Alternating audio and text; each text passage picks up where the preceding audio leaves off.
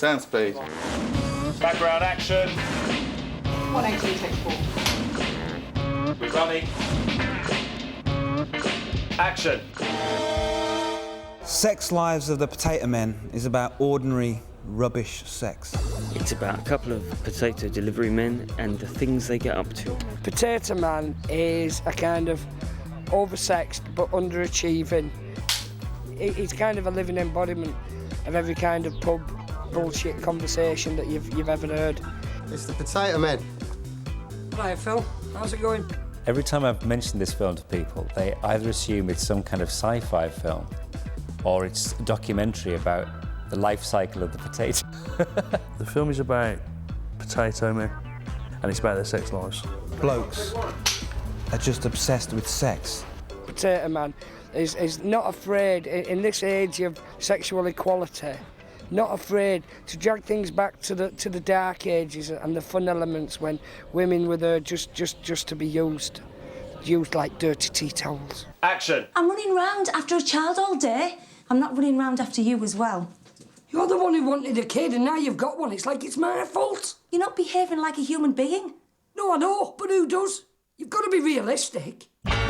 I recognised the shallowness of myself, so I just wanted to have characters that completely explored the depths of shallowness. I read the script and it was, you know, it was laugh out loud funny. And I just thought it was hysterical. I loved it. I wanted 4 characters who are all very shallow. They're all shallow in different ways, but they're all as shallow as you can get. I'm playing Dave, who gets kicked out by my wife and thinks that it's going to open up a whole new world of sexual adventure. But in a very much a way that's mimicked my own life, that doesn't quite come to fruition. It's Poppy in. She's at work. Can you give it a message? What? Just say, with respect to the threesome, it's a thumbs up. Just split up with my wife. So, a threesome with your sister would be superb right now.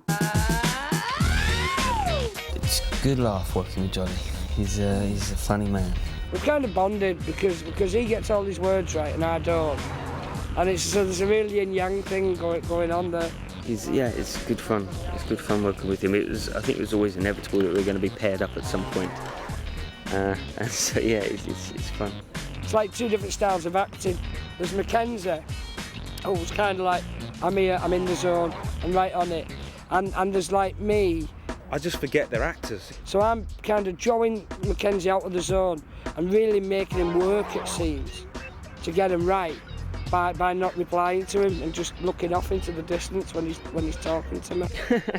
Off screen, I think they get along fantastically well. He looks at you with those, you know, those kind of, even though I'm married, you're the first man I've been attracted to eyes. How can you hate him? How can you hate him for that? You just want to hug him, but kind of in a, don't think this is going anywhere.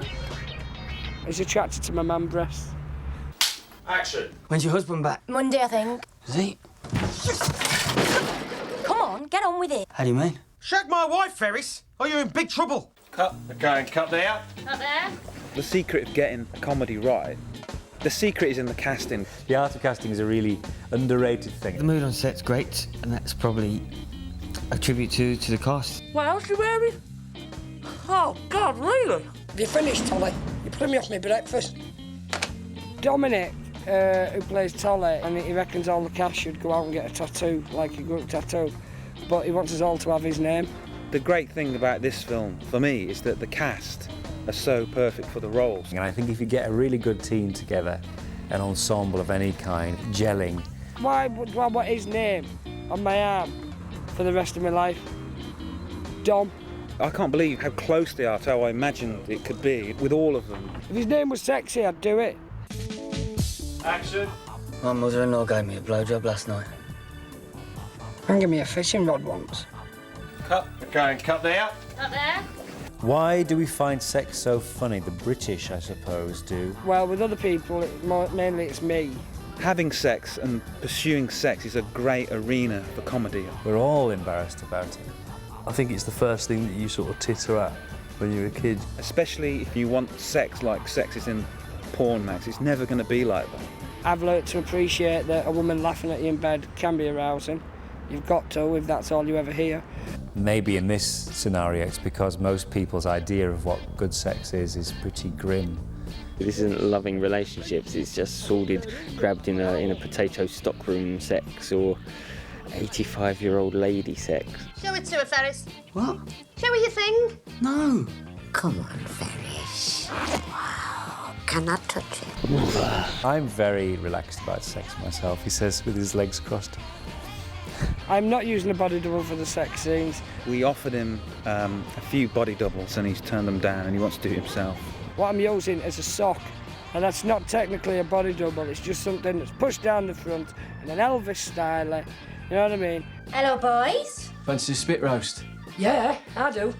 I've only had a sandwich for my dinner. I wasn't offered a body double for the sex scenes. I would have, but then, you know, a body double would have been like a 13-year-old girl or something. That would have been embarrassing.